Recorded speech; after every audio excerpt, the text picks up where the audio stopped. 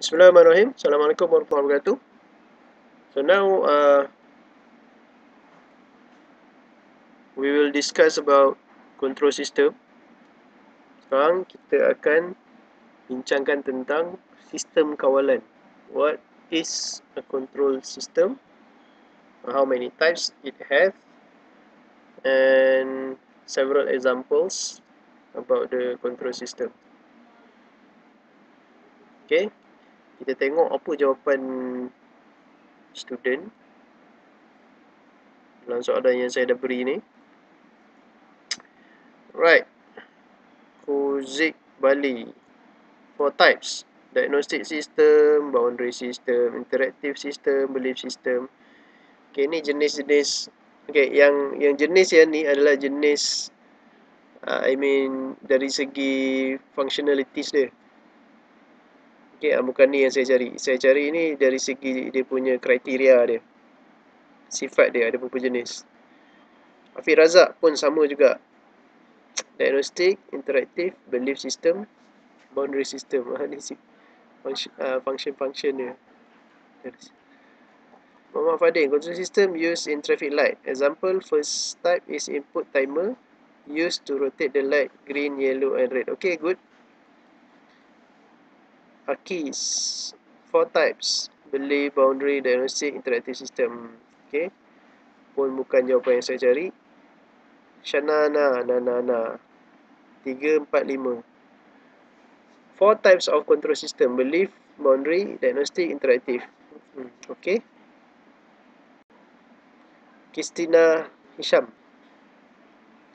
4 belief system, boundary system, diagnosis system, interactive system. Okay. Natasha Tarhim, 4 belief system, boundary system, diagnostic system and interactive system. Okay. Aris pun sama, boundary system, behavioral control, diagnostic system. Aina Ashraf, 2 types, open loop control, closed loop control system. Yes, ni lah yang saya cari sebenarnya. Okay, bagi dia love sikit. Okay. 4 type, which is belief system, boundary system. Okay, bukan. Yang saya cari ni 2 types ni. Types. Okay, boleh lah tu. Aina Ashraf, a home furnace control system that control the temperature in a room, keeping it at constant. An open loop system usually has timer to on off. Okay, good. Betul. Typology. 4 types of control system are belief system, control system, diagnostic system, interactive system. Okay. Arina Farhana, belief systems. Belief. Boundary system, diagnosis system and interactive system. Aiman Zulkifli, 4 type. Belief system, boundary. Okay, bukan saya cari. Yang saya cari ni. Ni betul lah ni. Okay, good. Aina good. Itulah yang saya cari. Okay, so kita pergi kepada control. So usually control ni control ni adalah based on electrical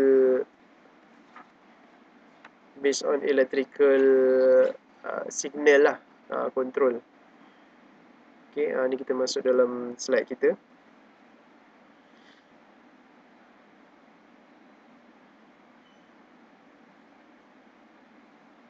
Okay. So control a simple electrical switch can control a motor, conveyor belt and other electrical mechanical device. Okay. So kita daripada electrical signal tu kita akan control kita lah, means the control system means kita supply signal supply command in electrical signal. Command tu dalam bentuk electrical signal and dia akan control motor, conveyor belt ke or other electrical or mechanical devices. Okay, jenis-jenis yang electrical ataupun mechanical. Mechanical macam motor lah. Okay, dia pergerakan dia bergerak. Itu mechanical maksudnya. Industrial equipment includes robots, integrated process control system and conveyor belt may need the processing power and flexible programming ability to a personal computer to provide and control needed in complicated system. Okay, dalam industri dia ada dia punya controller dia sendiri.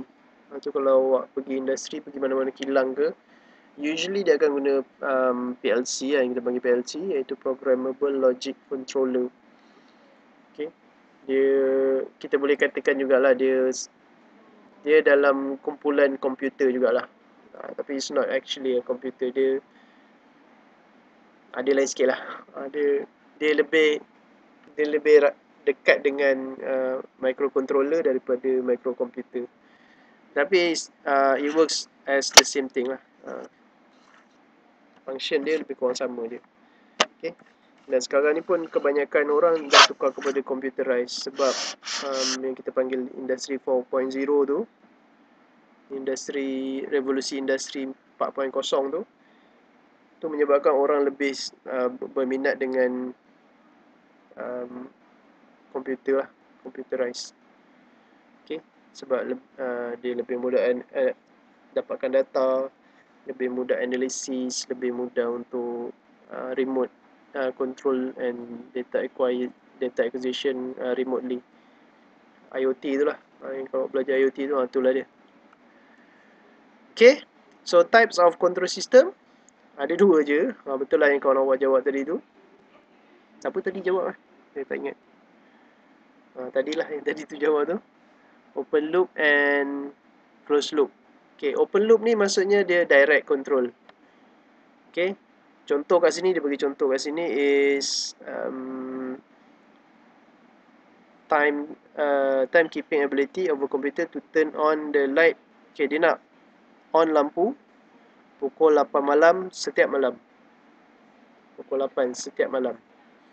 Okay, so dia guna komputer tu punya timer ataupun clock lah, internal clock.